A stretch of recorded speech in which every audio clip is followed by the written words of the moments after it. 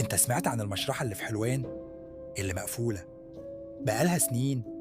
اشترك في القناة واضغط لايك وصل على النبي علشان القصة الجاية يمكن تكون عنك.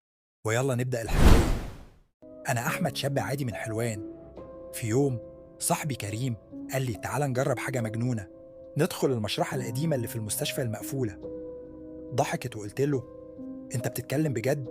قال لي أنا خدت إذن من موظف هناك، ساعة واحدة بس.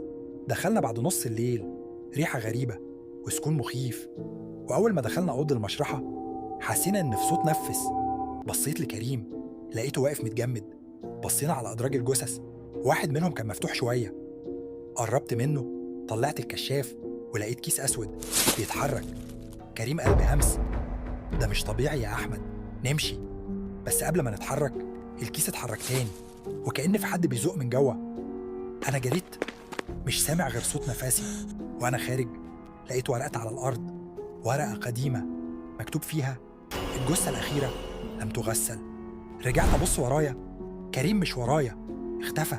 بلغت الشرطة، رجعوا معايا، بس المشرحة كانت مقفولة بترباس وكأنها ما اتفتحتش من سنين.